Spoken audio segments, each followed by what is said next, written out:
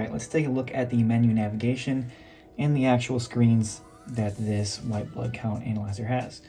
So first, let's look at the buttons.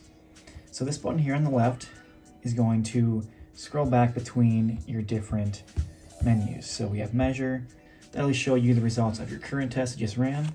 Hit this button one time, go over to history. This will allow you to see your previous tests. If we use the arrow keys here, we can go and look at our other tests. As you see, as I hit this, the ID number changes and it shows our previous tests. It's a great way to look back at any previous results. Now, if we hit this left button here again, go to settings. In settings, we have a number of different options in here. The first one is time. This will allow you to set and change the time. Second one is Bluetooth. Currently, we have no use for this. Ignore that for right now. Next, we have reagent lot. In this one, you want to make sure you match the number that is on your cuvette test kit and make sure that is what is in the system here. That will match that calibration for you.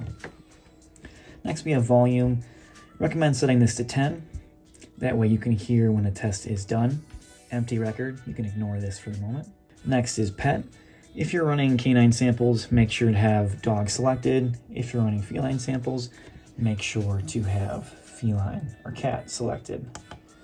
Now to change this, say we were running on a cat, you click the arrow so it comes down to pet. Then you click this circular looking button here on the right. And this will now allow us to modify between cat or dog. See, we hit this one with the cat, went back to dog. Once we have the animal we are playing a test on, click this button again, and it will save that setting. And finally, on the settings screen, we have code. Now, if you're seeing 00, that's perfect. That means the machine is working correctly. If you do see a code besides 00, refer to your manual, as it will inform you what that code means, as it often is an error on the part of the machine. All right, and finally, the next menu item here is off. So we'll click this one more time. This is how you shut down the analyzer. To shut it down, you will hold the circular button or the OK button about 3 or 4 seconds. Then I'll tell you, please turn off switch. There's this switch in the back and you can shut that off. And now the analyzer is off. So when you first receive your machine, also go into the settings and go down to volume. Click the button to adjust and set it to 10.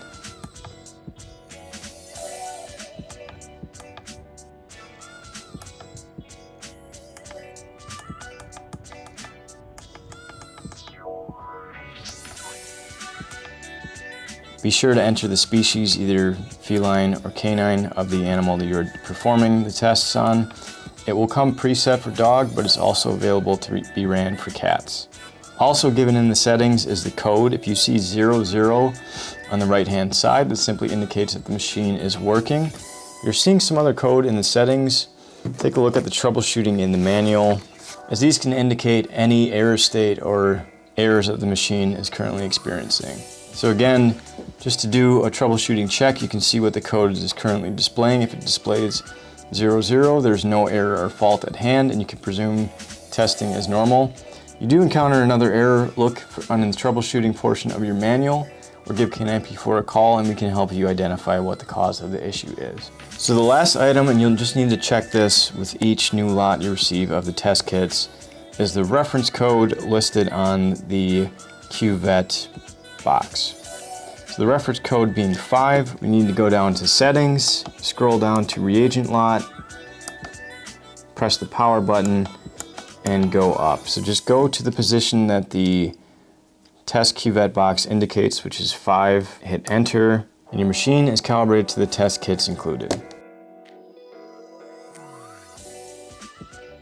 So I'm just going to demonstrate for you how to get the capillary draw.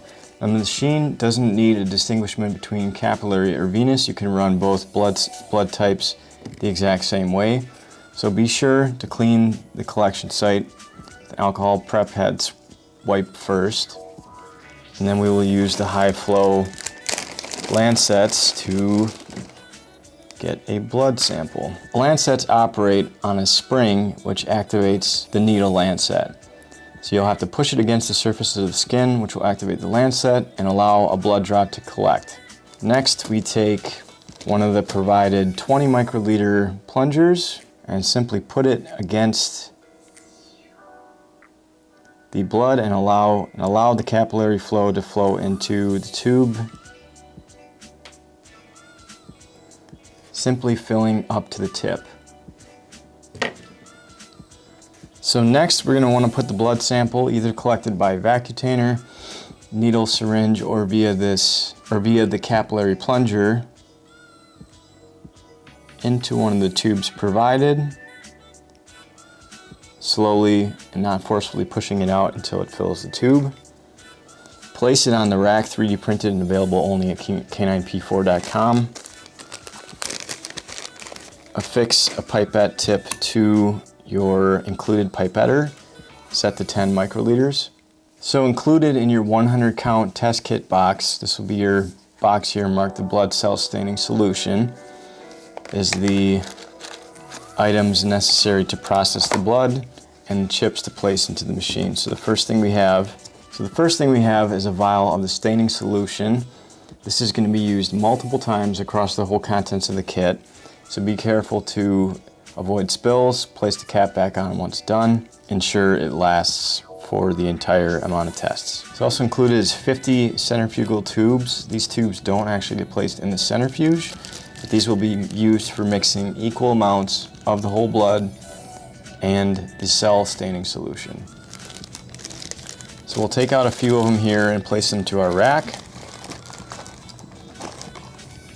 and then take out your cuvette set. So within this container are 50 single-use cuvettes.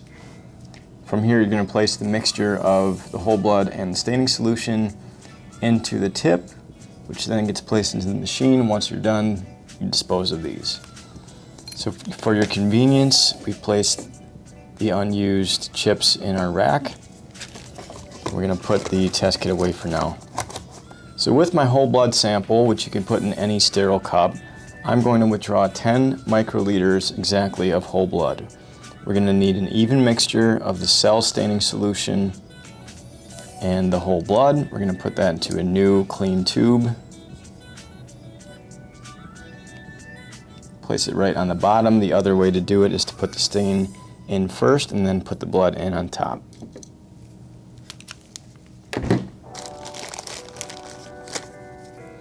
Next, very carefully and to avoid spills, be sure to replace your tip and take 10 microliters of the staining solution. You'll see it looks like a cyan blue, and mix it with your whole blood. So dispense it in there, and then we're going to need to mix by pulling up, combine the two items into the pipette tip, pushing it gently back out, back up and out about 5 to 10 times. This will ensure an even mixture and complete staining of the red blood cells. We'll place another new tip on the pipetter.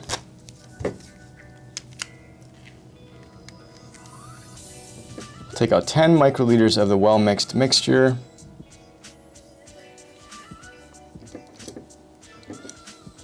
And dispense into the little notch seen on the cuvette. So right here at the tip, there's separation between the two planes of plastic. You'll fill it up just like that. Next, we'll go to the machine. We pull out the tray.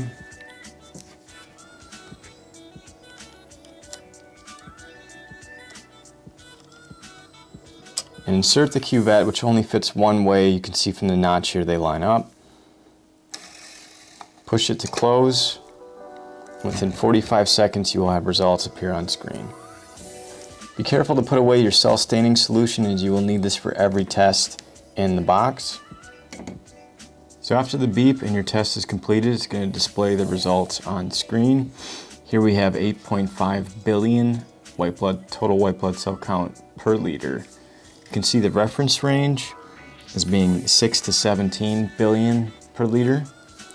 So this falls into the average range for total counts. Now if we go further down, you have the shorthand LYM, or LYM, which stands for lymphocytes, at 2.0 billion per liter with a reference range of 1 to 4.8. So this is again in the normal range. We have monocytes at 0.4 billion per liter with a reference range of 0.2 to 1.5.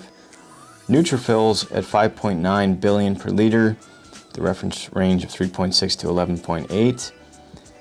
And the rare EOS for eosinophil and BAS for basophils. These two are less commonly found, but you still may have some trace normally in any blood sample. For setting up the software and exporting the results off to the PC for easy printing or saving, or please watch our next video on setting up the PC software. Now that we've performed the sample and found that none of these results are out of range, high or low, we have an improved look into the health of our animal. So if the results do become outside of range, please consult for further testing with your veterinarian. They will be able to do more advanced white blood cell analysis and look further into the state of any infectious or inflammatory states. So thanks for joining us today in the demonstration and information about the white blood cell analyzer. This device is compact, cheap with the cost per test, and easy to use, delivering you powerful insights into the blood health of your animals. Like and subscribe.